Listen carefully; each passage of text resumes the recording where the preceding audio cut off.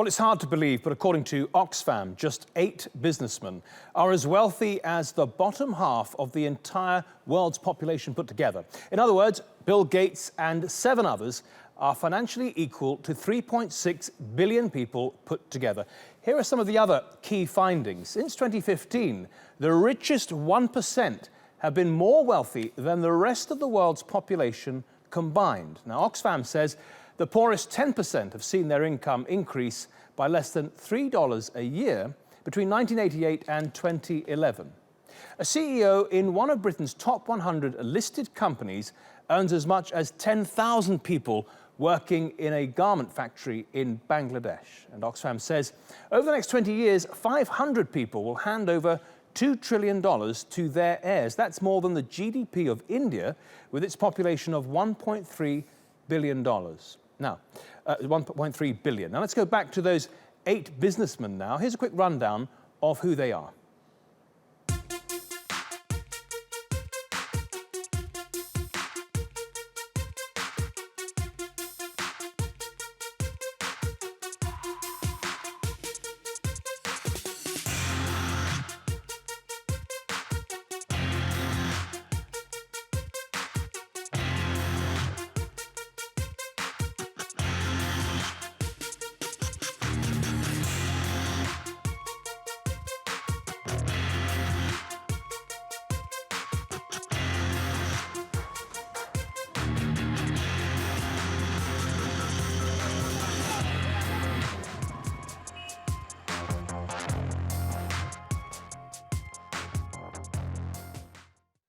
Well, for more on this, I'm joined by Max Lawson, who's the head of inequality policy at Oxfam, and TRT World's editor-at-large, Craig Copetas. Max Lawson, if we could just start with you. Let's take the contrarian view for a moment. The people we've just seen in our report, Zuckerberg, Gates, and so on, these are business geniuses, people who have changed the world. Isn't it right and to be expected that they would earn so much more money and have so much more wealth than your average garment worker in Bangladesh? I think it's true that they're clever and that they're at the top of big companies, but also their fortunes are based on enormous companies full of very talented people. They're based on factory workers in China producing iPhones, or mineral diggers in the Congo digging up minerals for iPhones as well. There's a huge supply chain of people, and our point is that at the top, those at the very top, are extracting too much. No one's saying that we shouldn't have rich people in the world, but what we have is extremely rich people. We have a situation we haven't seen for 100 years, where the vast majority of income is being funneled upwards, and that's not efficient economically, and it's not good for our societies. It's corroding our politics, and it's undermining progress. All right, and what would you propose to make that change? We think it's quite simple. First of all, we think the richest people in the world, and not just these 8 men, I should say, all of the world's billionaires, are about 1,800 billionaires, we think they should pay their taxes. And many of the richest people, as we've heard because of leaks like the Panama scandal, have shown to be not paying any tax at all. And many of them are paying a lower rate of tax than a cleaner, a secretary, or a teacher. That's an upside-down world where billionaires are paying less than ordinary people.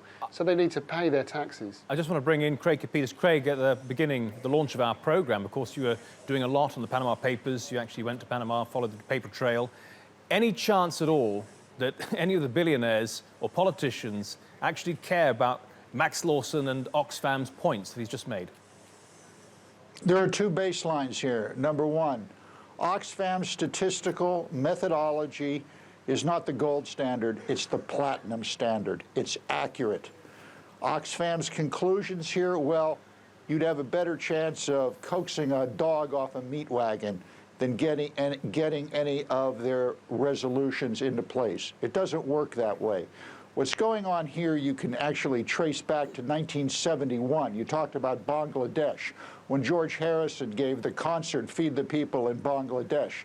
Since that, we've had Farm Aid, Live Aid, Band Aid, and they all makes good press, but it hasn't changed the dynamic of how the global economy works.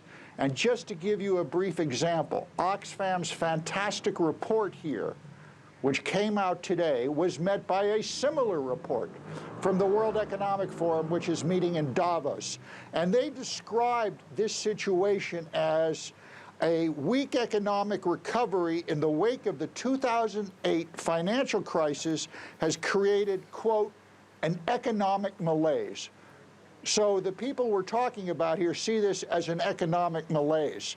So that's the difference between the have-yachts and the have-nots, Right. and how they think. Max Lawson, if I could just come back to you for a moment, there will inevitably, and there have over the years, been people who said, you know, even Oxfam and other charities are guilty of, you know, making a lot of money. That the top boss, your boss, Mark Goldring, perhaps makes something like $150,000 a year, and that puts him into the top 1% or whatever. What would you say?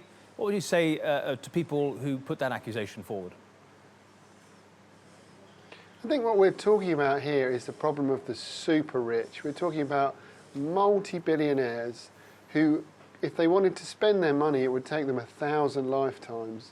And we're not blaming them for being so rich. What we're talking about, just as your last speaker said, is a broken economic system, one that is rewarding, sending too many rewards upwards. We need a system that's fairer, that pays ordinary people better wages.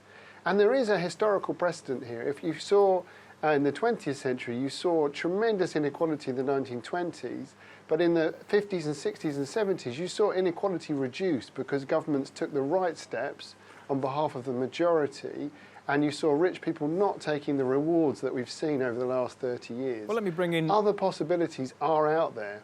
Let me bring in Craig. What did you make of that analysis there? Was there a point in time where business was fairer? I don't think so. You know, 1,000 businessmen do something, and it's legal. And this is what happened with globalization, why we have this mess. And the way most countries measure economic growth or whether people are coming out of poverty is, oh, look, everyone has a refrigerator. Oh, look, everyone has a washing machine or a TV or a microwave oven. That's a false indicator here. Go back to Nigeria. They started pumping oil in 1958. And look what happened to that country with that great wealth and resources. It's gone to pot. It's gone to hell. It's helped create this economic hellscape along with a lot of other countries. Max Lawson, just to bring you in for a final answer, has Oxfam found the business community and politicians at all welcoming to this advice that you're giving them? I think Craig put it really well. I think they're very, very concerned about inequality, but they're so stuck to business as usual that they're not really coming up with the concrete breaks with the way things have been done before that we need to see, which is why ultimately it has to be about progressive politics, it has to be about ordinary people demanding change from their governments. And it would end on a positive note. Although the last 30 years have seen inequality increase in many countries, in some, and I would say, for instance, in Brazil, you saw the opposite happening. You saw progressive politics, you saw taxes on the rich, and you saw an increase in the minimum wage and inequality reduced. This is not inevitable. Inequality is not like the weather. It's not something that we can't deal with. Yeah. But do we trust the elites of Davos to do it for us? No, of course we don't. OK, Max Lawson and Craig Copetas, thank you very much, both of you, for your analysis.